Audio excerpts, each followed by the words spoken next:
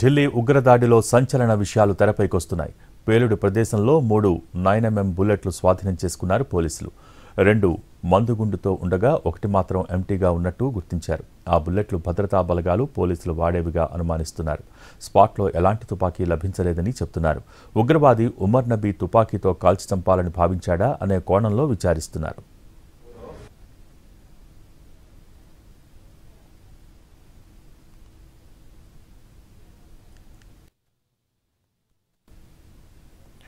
Delhi red fort సమీపంలో జరిగిన పేలుడుకు సంబంధించి మరో సీసీ ఫుటేజ్ దొరికింది. అందులోని దృశ్యాలు ఒళ్లు గగురు పొడిచేలా ఉన్నాయి. ఈ కేసులో విచారణ జరుగుతోంది. మరోవైపు కనిపించకుండా పోయిన 300 కిలోల అమోనియం నైట్రేట్ కోసం గాలిస్తున్నారు పోలీసులు.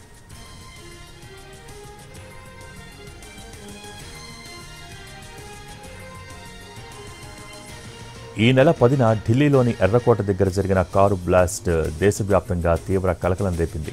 ఈ పేలుడుతో దేశం మొత్తం ఉలిక్కిపడింది. సాయంత్రం వేళ అంతా ఇళ్లకు చేరుకునే సమయంలో జరిగిన పేలుడులో 13 మంది ప్రాణాలు కోల్పోయారు. పలువురు గాయాల పాలయ్యారు. అయితే తాజాగా పేలుడు ఘటనకు సంబంధించి మరో సీసీ ఫుటేజ్ బయటకొచ్చింది. పేలుడు దృశ్యాలు వెన్నులో వణుకు పుట్టిస్తున్నాయి. కార్లలో ఇరుక్కుపోయిన జనం, ఒకవైపు మంటలు, మరోవైపు డెడ్ బాడీలు. ఘటనాస్థలిలో హాహాకారాలు, ఆర్తనాదాలు భయానకంగా కనిపిస్తున్నాయి.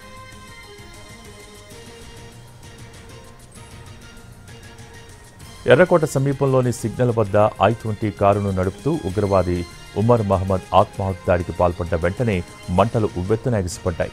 భారీ శబ్దంతో సంభవించిన పేలుడు తీవ్రతకు పలు కార్లు, బైకులు, వాహనాలు మంటల్లో చిక్కుకున్నాయి. పేలుడు తీవ్రతకు వాహనాలు తునాతునకలయ్యాయి. ఏం జరిగిందో అర్థమయ్యేలోపే ఆ ప్రాంతమంతా మృతదేహాలు, శరీర భాగాలు చెల్లా చెదురుగా పడిపోయాయి. ఒకవైపు మంటలు, మరోవైపు బాధితుల ఆర్తనాదాలతో ఆ ప్రాంతమంతా అల్లకల్లోలంగా మారింది. సీసీ కెమెరాల్లో రికార్డైన దృశ్యాలు కలిచివేస్తున్నాయి.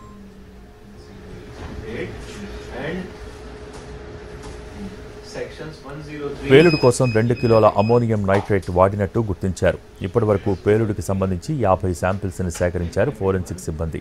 కారు మధ్యలో అమోనియం నైట్రేట్ బాంబులు పెట్టినట్టు గుర్తించారు. దీనివల్ల పేలుడు తీవ్రత ఎక్కువగా ఉన్నట్టు చెబుతున్నారు.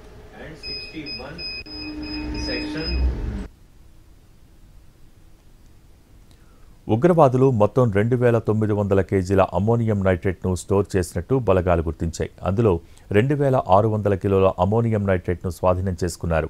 దీంతో మిగతా 300 కేజీలు ఎక్కడ ఉంది అనే ప్రశ్న వినిపిస్తోంది. కనిపించకుండా పోయిన 300 కిలోల అమోనియం నైట్రేట్ కోసం పోలీసులు గాలిస్తున్నారు. దేశవ్యాప్తంగా అన్ని రాష్ట్రాలను నిఘా వర్గాలు అప్రమత్తం చేశాయి.